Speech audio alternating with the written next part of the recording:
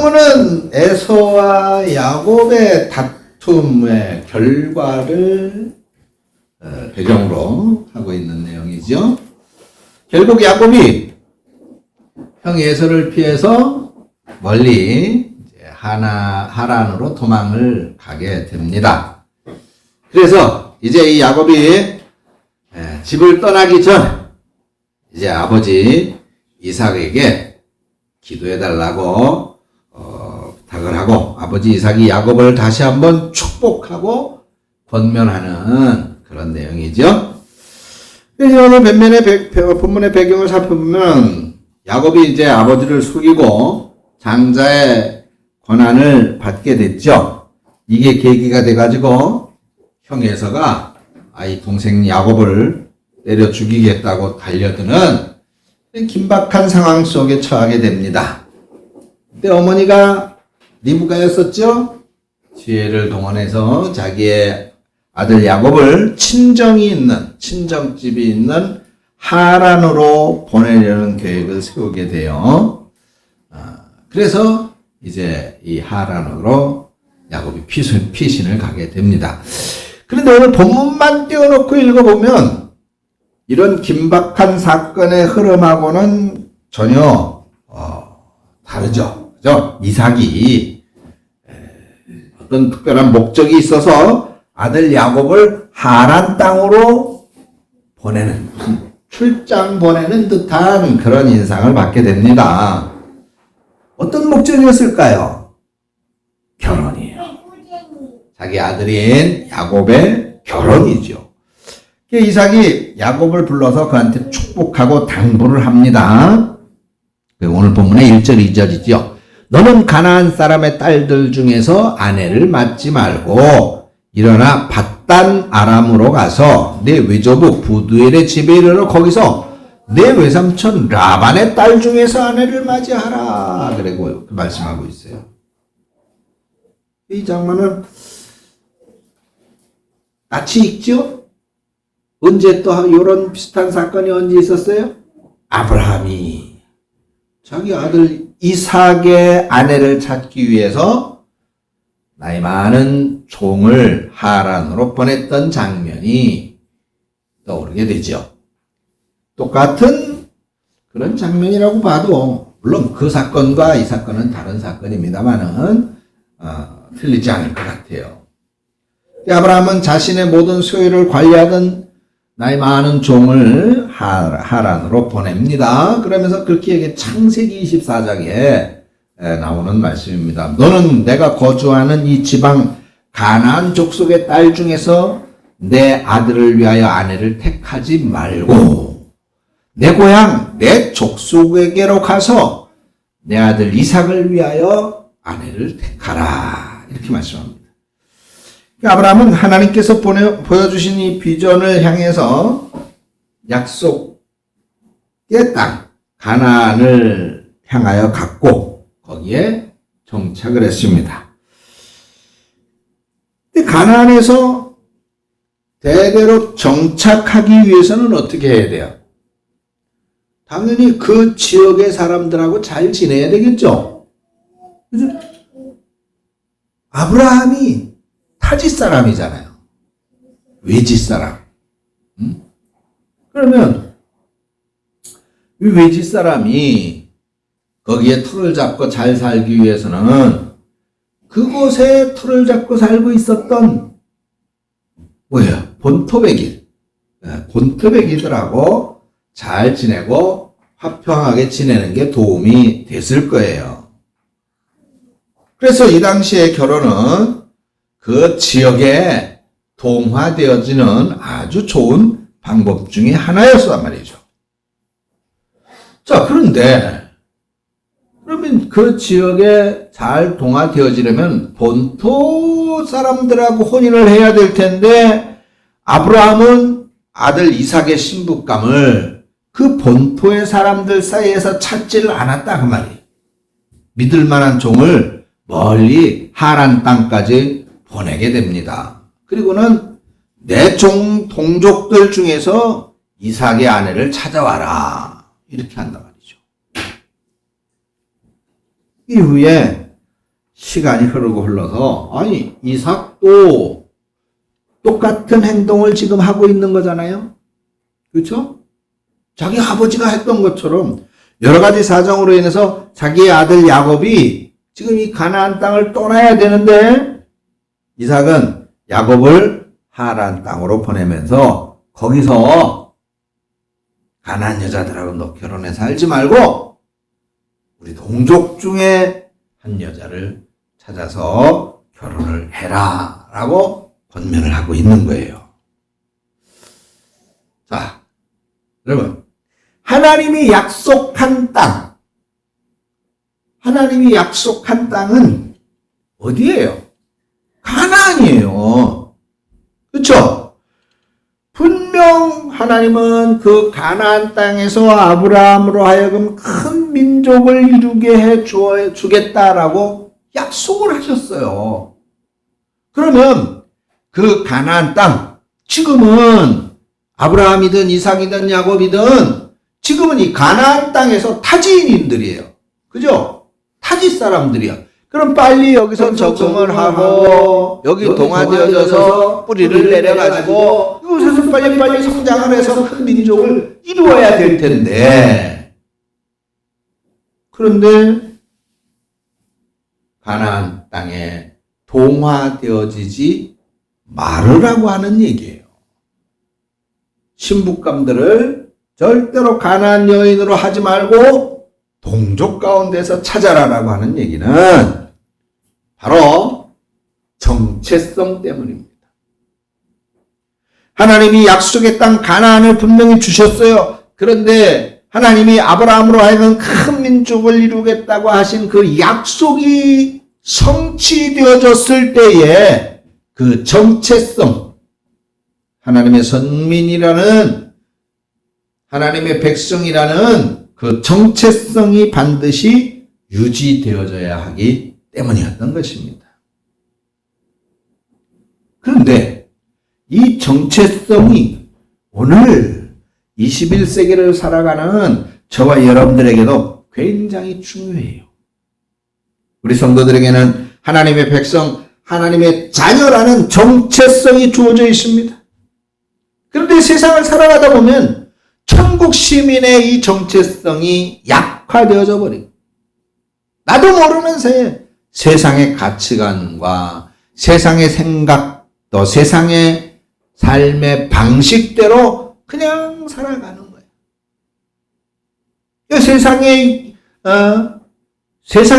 세상이 유혹하는 그 유혹대로 그냥 그대로 끌려가는 삶을 살아가게 되더라는 것입니다. 바로 이런 때 우리 그리스도인은 신앙의 바른 정체성을 유지하기 위해서 힘써야 된다 이 말이죠. 마치 아브라함이 멀리 하란 땅으로 믿음직한 종을 보내가지고 야 거기서 이방 나라 이 가나안 땅의 여인들은 안 돼. 내 고향에 가서 내 동족으로 하여금 내 며느리감을 찾아와라 라고 했던 것처럼. 그리고 오늘 본문에서도 이삭이 자기 아들 야곱을 하란 땅으로 보내면서 거기서 아무 여자나 붙잡고 결혼하지 말고 반드시 동족을 찾아서 아내를 만나고 결혼하라고 권면했던 것처럼. 우리 그리스도인은 이 세상을 살아가지만은 이 세상에 속하지 않는 하나님 백성의 정체성을 분명히 가져야 돼. 나는 세상의 사람들하고는 분명히 다르다라고 하는 이 정체성이 없으면 우리는 그저 세상 속에 흡수되어져 버리고 스며들어가져 버리고 흔적도 없이 사라져 버린다.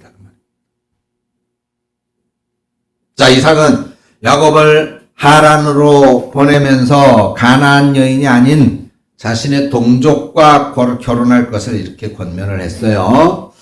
이삭의 이런 행동은 아브라함과 그리고 그 아들 이삭으로 내려온 하나님의 약속, 하나님의 언약이 자신의 두 아들인 에서하고 야곱 가운데 두 번째 아들인 야곱에게 이루어질 것이라고 하는 사실을 우리에게 암시해주고 있습니다.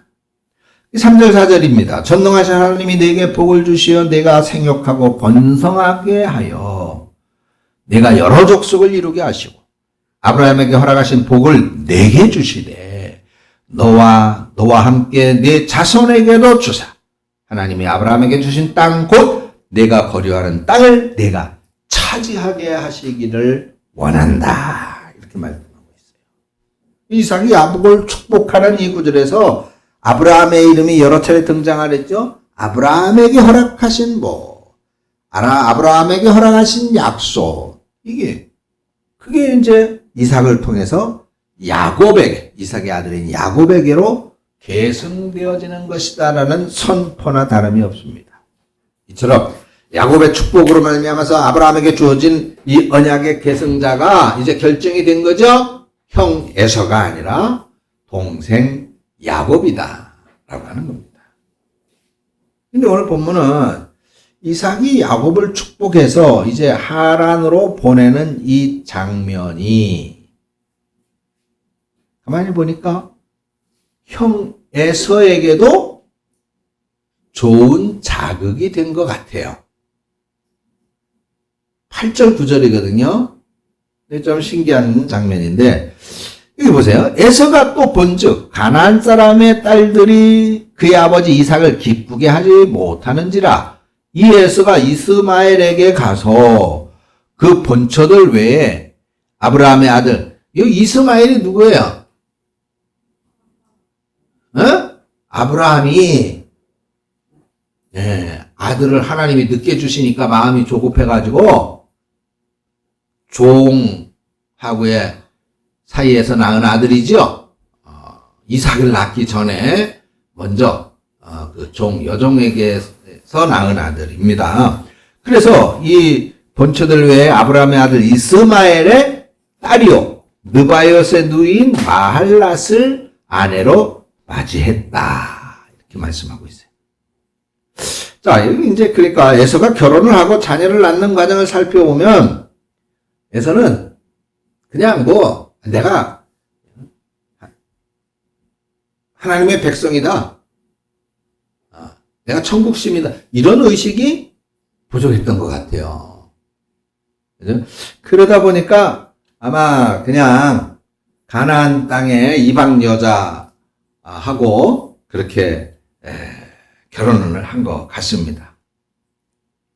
근데 분명한 사실은 아브라함에게 주신 하나님의 언약이 에서가 아닌 야곱에게 이어졌지만 지금 이 에서 역시도 이삭의 아들은 분명하단 말이에요. 그렇죠?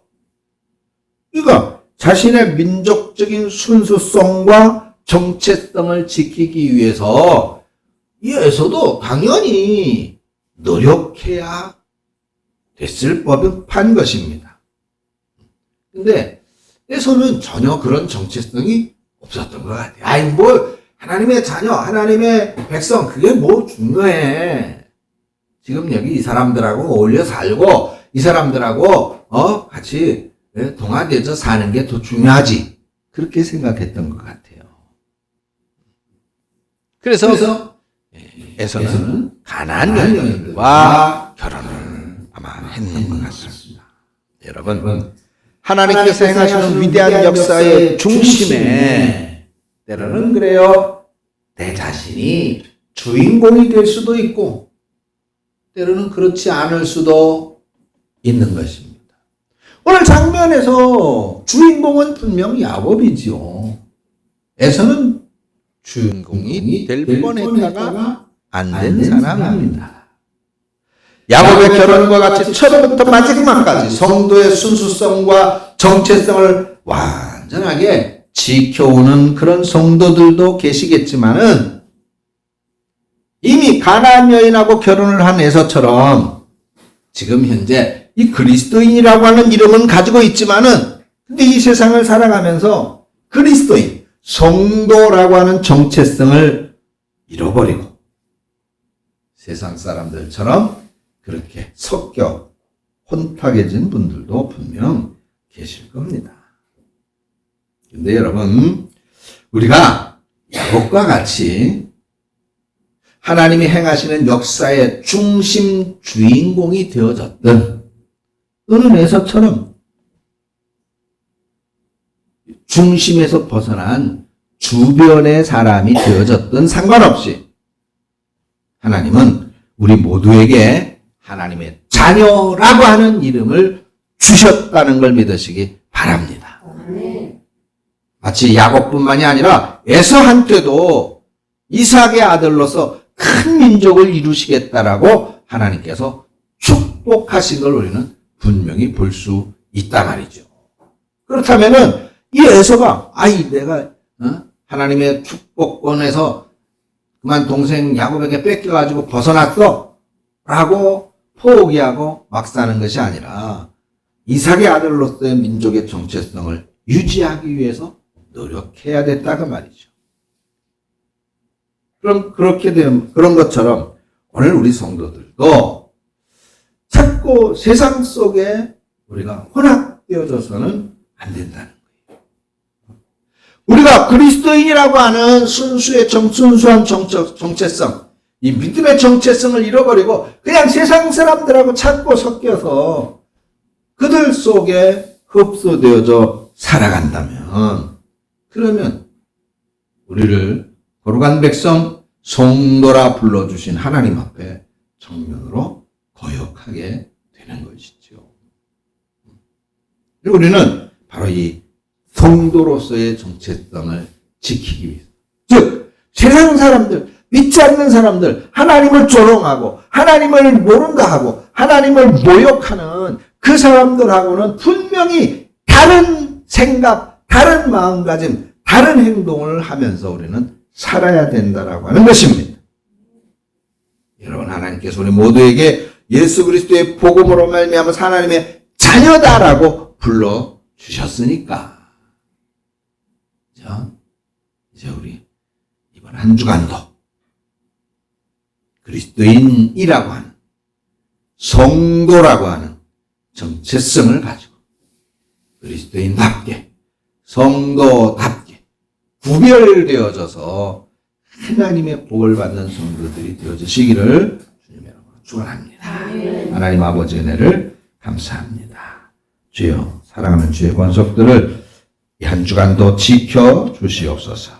세상 가운데에서 지켜 주시옵소서. 세상에 더럽혀진 사람들 가운데에서 지켜 주시옵소서. 세상의 사단의 손길로부터 지켜 주시옵소서.